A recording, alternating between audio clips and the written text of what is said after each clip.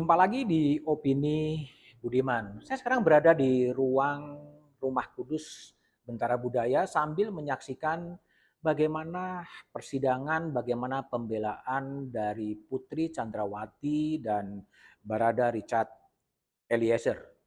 Tuntutan dan rangkaian pembelaan telah disampaikan di depan mahkamah.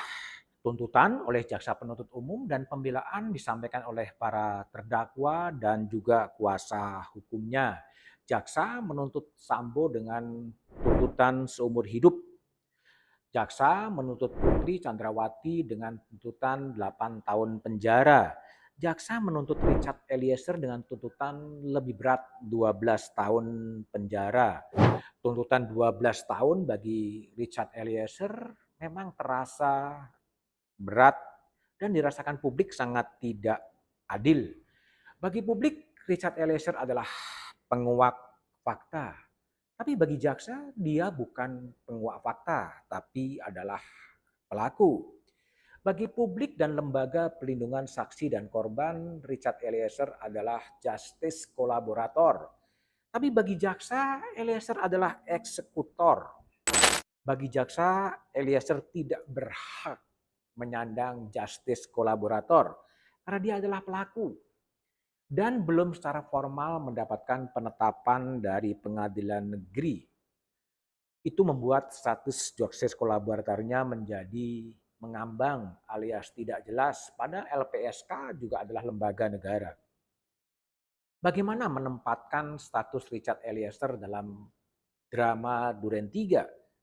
Tak bisa lain mencoba membuka kembali arsip-arsip pemberitaan yang ada soal kasus drama Duren 3. Paling tidak 4 kali Presiden Joko Widodo meminta agar kasus drama Duren 3 ini dibuka setransparan mungkin, dibuka seakuntabel mungkin. Apakah benar yang terjadi adalah tembak-menembak sebagaimana diskenariokan oleh Verdi Sambo?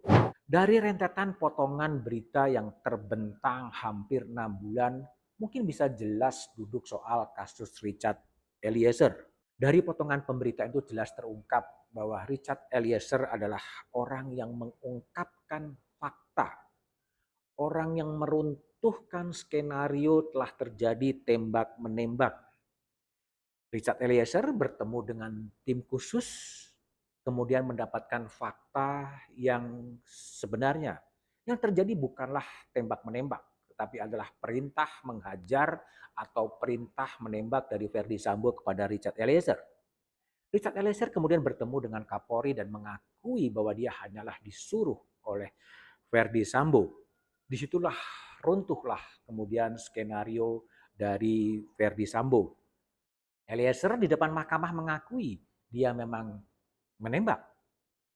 Eliezer kemudian meminta maaf telah menembak Yosua. Tapi penembakan itu bukan atas kehendaknya sendiri, tapi atas perintahnya sang jenderal.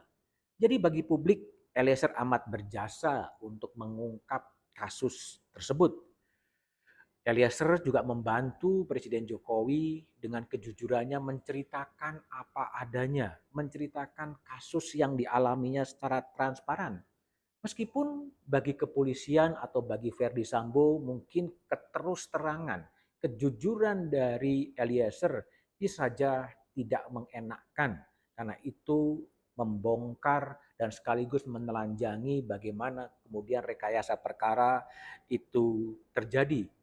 Sehingga sangat masuk akal pula kemudian jika ibunda dari Eliezer meminta tolong kepada Presiden Jokowi untuk memperhatikan nasib dari Eliezer. Tapi secara legal dan normatif sangat masuk akal juga.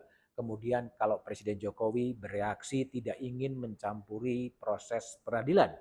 Meskipun kejaksaan itu adalah bagian dari eksekutif. Sebetulnya di negeri ini tidak ada kekuasaan yang benar-benar merdeka. Meskipun konstitusi menegakkan kekuasaan kehakiman adalah kekuasaan yang merdeka. Terlalu banyak intervensi-intervensi yang terjadi. Tapi jika membaca Undang-Undang Lembaga Perlindungan Saksi dan Korban, LPSK memang bisa memberikan rekomendasi untuk keringanan penjatuhan pidana, pembebasan bersyarat, dan remisi tambahan dan hak narapidana sesuai yang diatur dengan undang-undang. Untuk memperoleh penghargaan berupa pengurangan penjatuhan pidana, LPSK bisa memberikan rekomendasi tertulis kepada penuntut umum maupun kepada menteri yang mengurusi hal demikian. Jadi tidak bisa dikatakan bahwa LPSK kemudian mengintervensi kewenangan penuntutan yang disodorkan, yang diberikan kepada Kejaksaan Agung. Karena Undang-Undang LPSK memberikan kewenangan kepada LPSK untuk memberikan rekomendasi pengurangan hukuman. Bagi Sambo tentunya bisa saja apa yang dikatakan keterus-terangan Richard Eliezer bisa saja dikonstruksikan sebagai pengkhianatan terhadap Sambo dan pengkhianatan terhadap korps kepolisian. Sehingga skenario-skenario yang coba ditutupi itu kemudian terungkap. Tapi bagi bangsa ini peran Richard Eliezer sangat bagus, sangat besar karena dia membongkar kejahatan-kejahatan dan kemudian dia membongkar perilaku-perilaku menyimpang dari anggota-anggota kepolisian. Persidangan memang masih akan berjalan setelah pembelaan disampaikan. Boleh jadi jaksa akan mengajukan replik dan boleh jadi kemudian penasihat hukum akan mengajukan duplik dan baru sampai kepada penuntutan. Masih ada perdebatan yang belum terlalu jelas apa sebetulnya yang menjadi pemicu duduknya soal sampai kemudian Sambo emosinya naik dan kemudian memerintahkan Richard untuk menembak atau menghajar Yosua. Apakah betul ada pemerkosaan, ada kekerasan seksual yang kembali disampaikan oleh Putri Chandrawati ketika menyampaikan pembelaan untuk menyanggah konstruksi bahwa yang terjadi adalah perselingkuhan seperti yang dikatakan oleh jaksa penuntut umum. Masih juga ada perbedaan apakah Richard Eliezer itu eksekutor seperti dikonstruksikan oleh jaksa atau sebenarnya justice kolaborator yang diyakini oleh LPSK dan diyakini oleh publik.